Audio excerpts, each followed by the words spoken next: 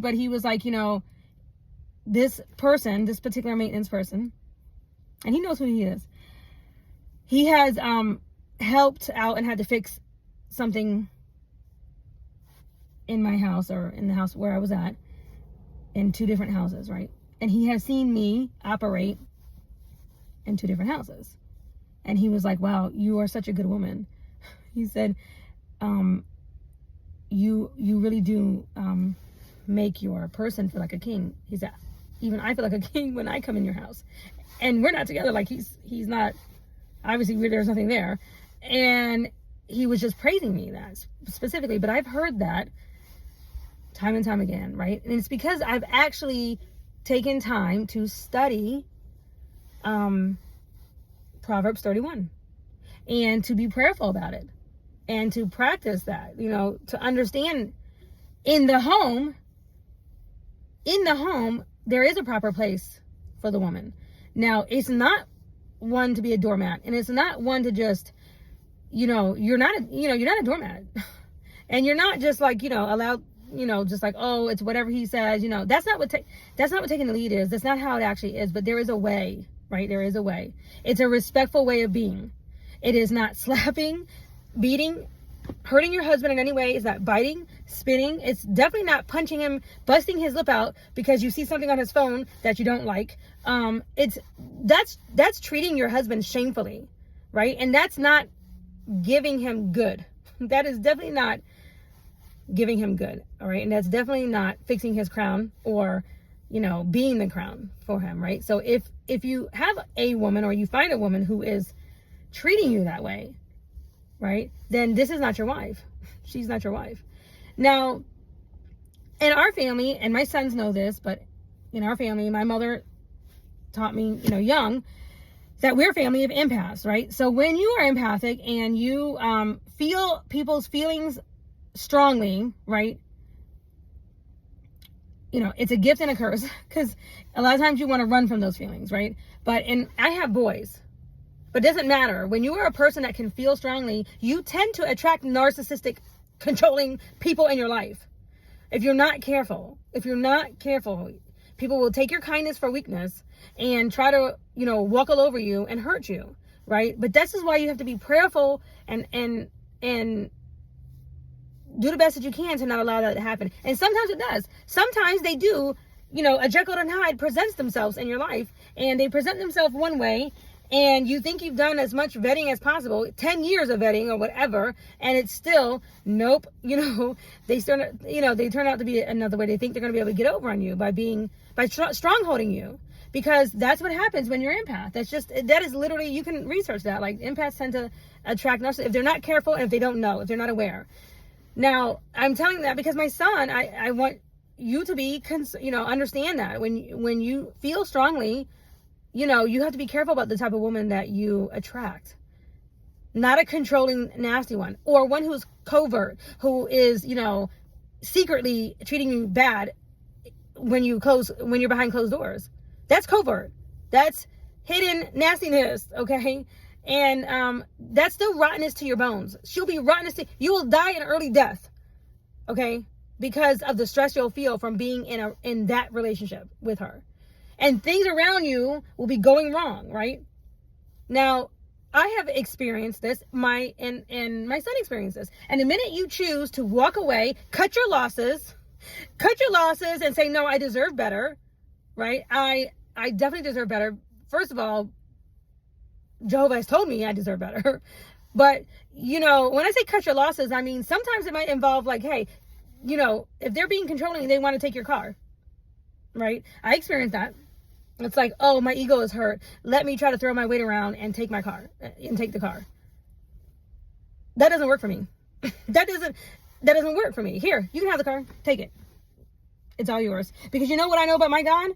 He overabundantly always comes through for me. He always has, especially because I give him the glory and the credit. It's not me, but it's me having trust in Jehovah God, that he knows what I need. And he will always provide abundantly above and beyond from somebody, somewhere, somehow. He will do that, right? Because it's trust in Jehovah God. But you have to be willing to cut your losses. Sometimes, let me give you an example.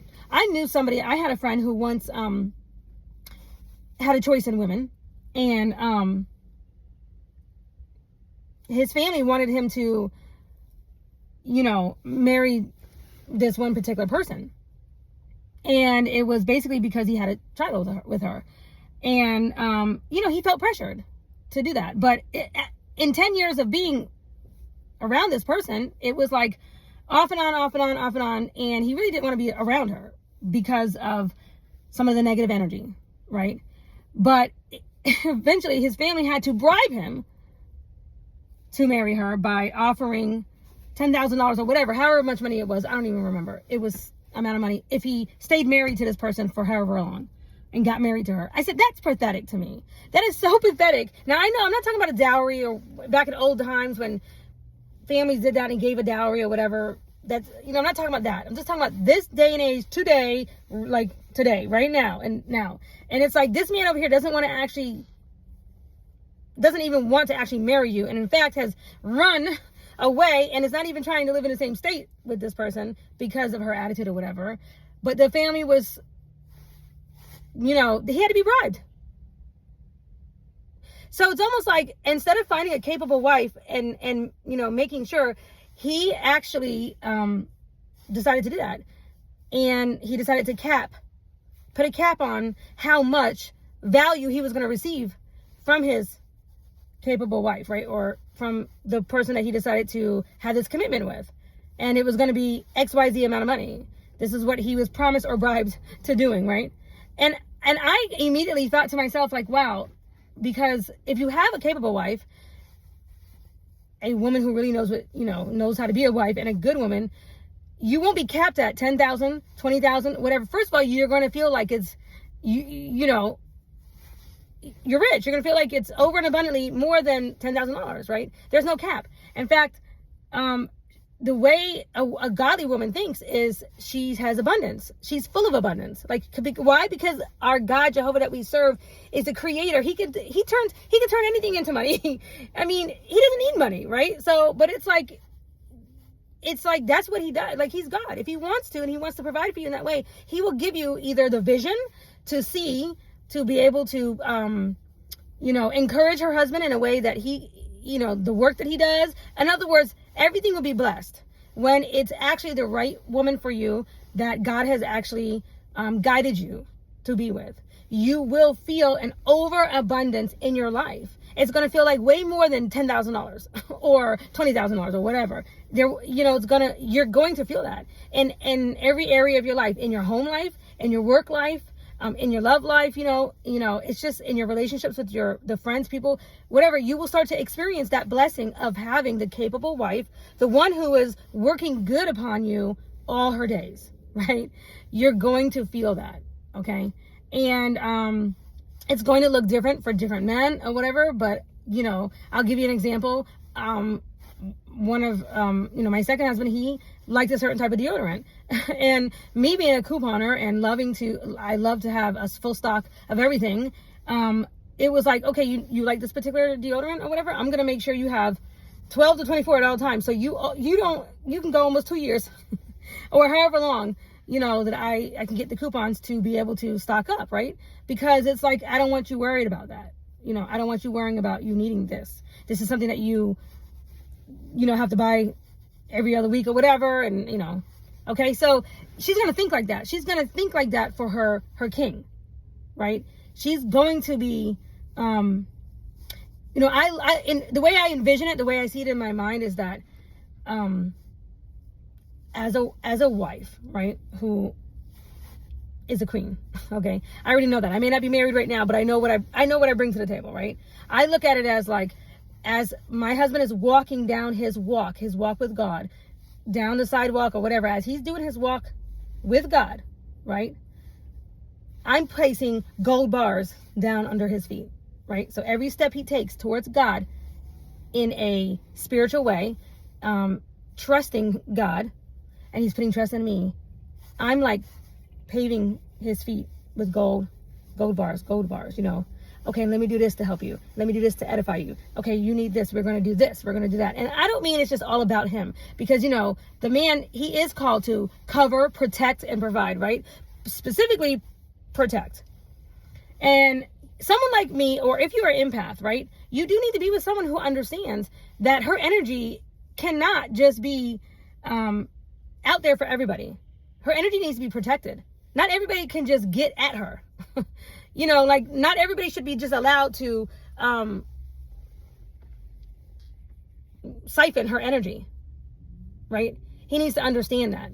He can't make fun of when she says, I'm too sensitive. I don't like being in crowds. I don't like being around a lot of people. I don't like being in elevators where there's too many people. I can't do it. It's like, no, I can't do it. Why? It's because it's too much energy. I've always been that way. My whole entire life. When I was young, I didn't understand it. My mother would help me, tell me what was actually going on and everything. And I just learned. And you know what, Travis, your dad, your father, he knew that. He knew that. Like when we would be places and we would be going to get into an elevator, he knew if that elevator had too many people, he was like, nah, we'll wait. He would hold back, and he knew that. He didn't make fun of me. He didn't say anything. Like, it was so many things like that he just knew, right? Because he knew my spidey senses would go off crazy. And he would say that, put your spidey senses away, put your spidey senses back, or whatever, right? But he was my protector. But also, many, many, many a time, I protected him. I looked out for him. I had his back, right?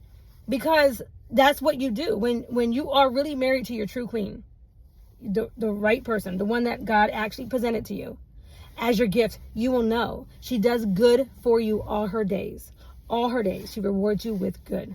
Okay. So this is what the Bible says. This is what the scriptures say. This is in the Bible. Okay. This is from God. So it's like, it's universal law. Whether or not you are a Bible reader or you want to believe in Jehovah God or whatever, this chick does, right? So I'm basically talking to my son. Okay. But even if you're someone out there who's watching this and you don't believe in God, or you don't believe in the Bible or whatever, it doesn't matter. You can still use this universal law. And it's like, okay, the woman that I'm supposed to be with is going to present me and do good all her days. Like she's not going to be rottenness to my bones. She's not going to make me feel like cancer, or weak. Weak and physically. Like, I'm not going to be having destruction all around me. She builds her household up, including her king, including her husband. Okay. Now, that's all I want to get into this video, because it's already 27 minutes. I'm going to further break down the capable wife in some other videos. But anyway, this is it for now. Love you, son.